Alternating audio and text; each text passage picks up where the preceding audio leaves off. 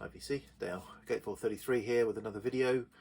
This is a boring finds video, although some of you have commented that you enjoy them, keep them coming. So yeah, so this is a bit of a kind of catch up on new releases, reissues, and just a couple of used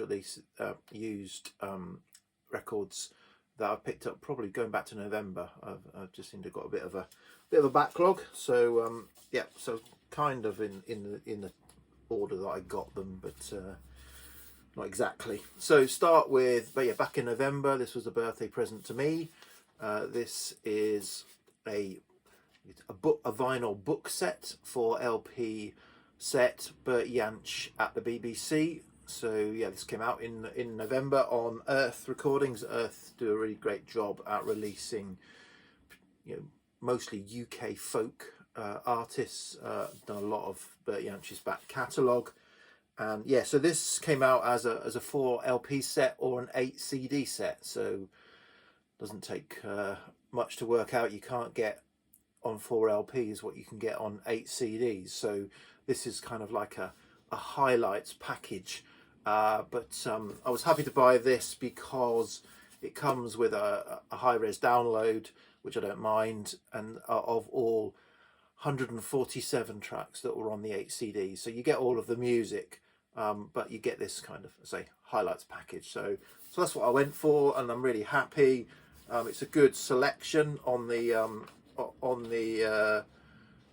book, obviously explaining. So, oops, and there's the hype sticker and everything.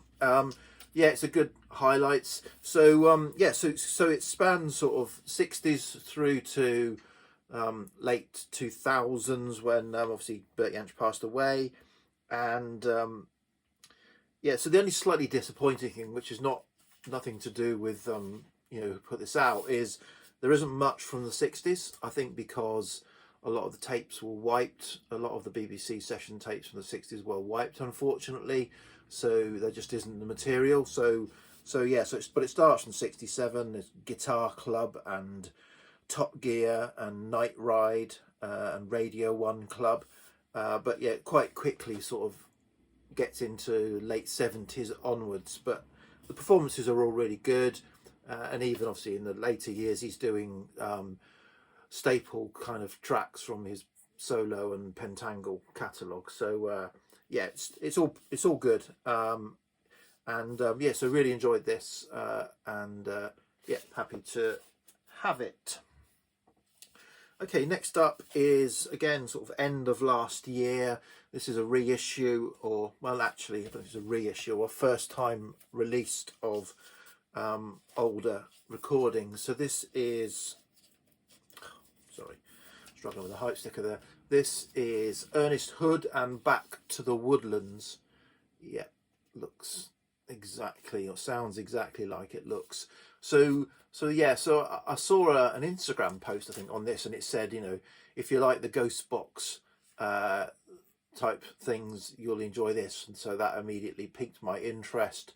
And I happened to be collecting a new release from my local record shop in Winchester here, and this was on the shelf. So, or I'd seen that he'd posted on the new arrivals that week that he had it in, so I asked him to put it by for me as well, and yeah, pick this up. So I'll read the hype.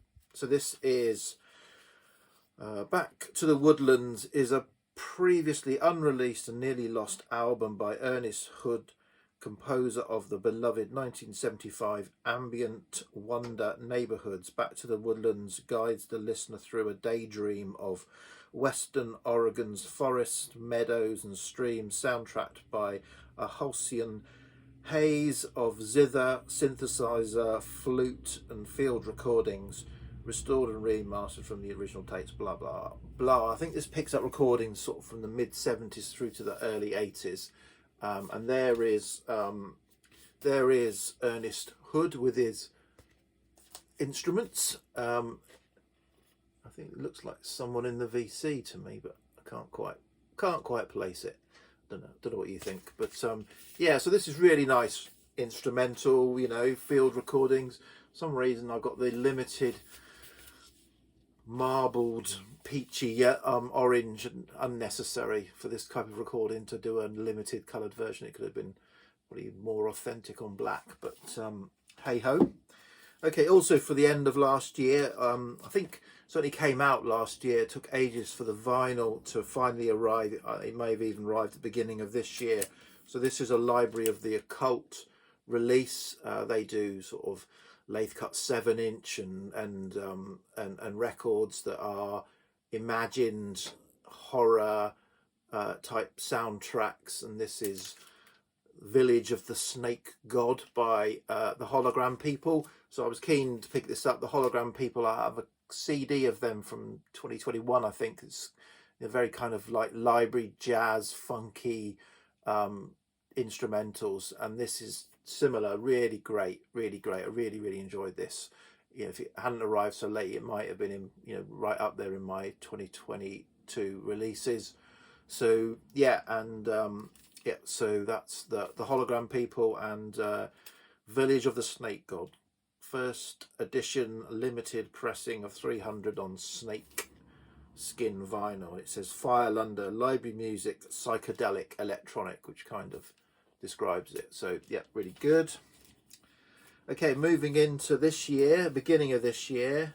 Yeah, I think the beginning of this year. So I posted or showed a year or two ago some releases that Decca had brought out on the, I think, Decca British Jazz Explosion series, and then it had all gone a bit quiet, and then towards the end of last year I saw on Amazon a couple of releases were announced. I pre-ordered them. They were pretty pricey. They're over £30 each, but they're really well done. So these arrived in January. A couple of, say, British jazz sort of reissues of very rare British jazz albums from the late 60s, early 70s. This is one from 71, and I'm not sure when the other one is, 70 and 71. These originally came out. So this one here is John Sermon and John Warren, Tales of the Algonquin. Yeah, so kind of big lineup.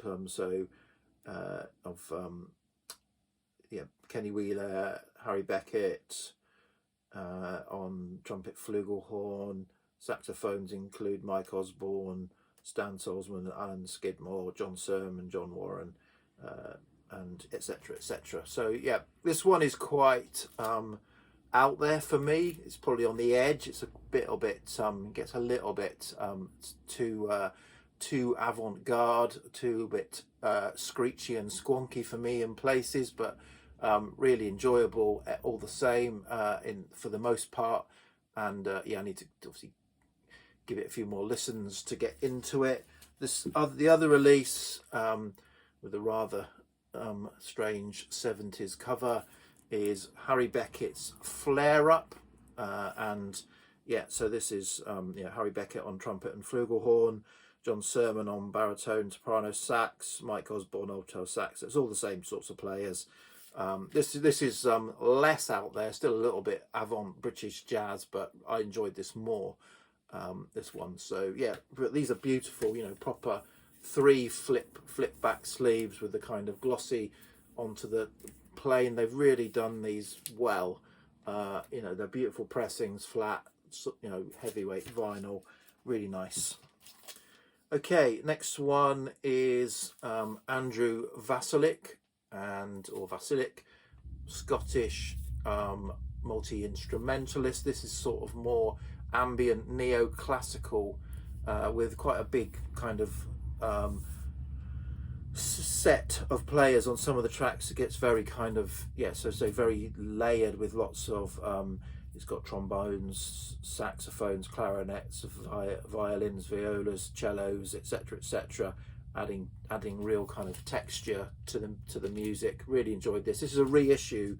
A 2020 originally came out, reissued in 2022, so a repress, if you like, of Parallel Light. So yeah, Andrew Vasilic, Scottish, as I said, multi-instrumentalist. Happy to have that. Okay, now I'll just show these together. So I've mentioned before, and I think I've shown before, Ghostbox are reissuing their back catalogue. So they started by Ghost Box 01 that I think I showed on another recent finds, and then they've also done 2, 3 and 4, so I picked them up. So Sketches and Spells by the Focus Group, The Willows by Belbury Polly, and most recently Auro Borindra by Eric Zahn. This is a bit more out there, a bit less kind of typical, but I really enjoyed this, and I really enjoyed this, and I enjoyed this. So yeah, if you like, all in on the Ghost Box reissues so far, and really enjoying being able to discover stuff that I missed the first time round. Okay, next up, so Mike Vinyl Spiral showed this just the other day. So this is Angeline Morrison, The Sorrow Songs, Folk Songs of Black British Experience. So Angeline Morrison is a folk singer from West Country, and of black origin, and so she has noticed that there's no real representation of black people in traditional British folk songs through the ages. So don't know why, and so she has written some new songs that kind of tell some of the tales going back through through history that may have been written at the time, if they had been written, if you know what I mean. And yeah, so it's really interesting, and yeah, really good album. This came out on CD last year, and I held off waiting for the vinyl. So yeah, so it's really good sort of, I say, British folk song, female vocal folk songs. So yeah, enjoyed this. And yeah, I was familiar with Angeline Morrison already, because I follow, well, the Rowan Amber Mill, and that is one of their kind of offshoot collaborations is Rowan Morrison, which is collaboration with Angeline Morrison. So I've already got some stuff by her from the last few years anyway. And this is put out on Topic Records, so they're obviously very famous folk label, and has been produced or co-produced by Eliza Carthy, and features I think as well features Martin Carthy as well, so got a lot of folk royalty connections. So yeah, good album. Okay, this one I've not played yet. I just came in a week or so ago. So busy and revisiting stuff that I'm not playing the new stuff so much. It's stacking up a bit. This is Graham Collier, so this is British jazz again. Just been issued, I think first time issued. This is it says Down Another Road at Stockholm Jazz Days 69. So this is out on the My Only Desire label, and I bought a Graham Collier double album on the same label a year or so ago, maybe last year. And this is just another jazz session from Sweden, captured and put out for the first time, I think, on vinyl, again with sort of British jazz. So Graham Collier is a double bass, but then you've got Harry Beckett again, who I've just previously mentioned, on trumpet and flugelhorn, and others including Stan Salzman on tenor and alto sax. So yeah, another British jazz album. I say I'm yet to listen to it, but looking forward to that. Okay, next up, this is a recent issue, and Mike PC31, the Vinyl Policeman, just showed this. So this is the soundtrack to the film Blonde, which I haven't seen. It's not got great reviews, so I probably won't watch it, but the soundtrack is beautiful. Nick Cave, Warren Ellis soundtrack. I got this sort of cheap on Amazon. It was about £16, white vinyl. It's on different colours for some reason, obviously to match the film, but yeah, really great, beautiful ambient soundtrack album there. Okay, how are we doing? 15 minutes. Okay, so this one is a new release that just came out last Friday by the artist Trees Speak. I've bought all their albums. So they put one album out 4 or 5 years ago on Synodelic, which was got reissued, and I bought that from Italy.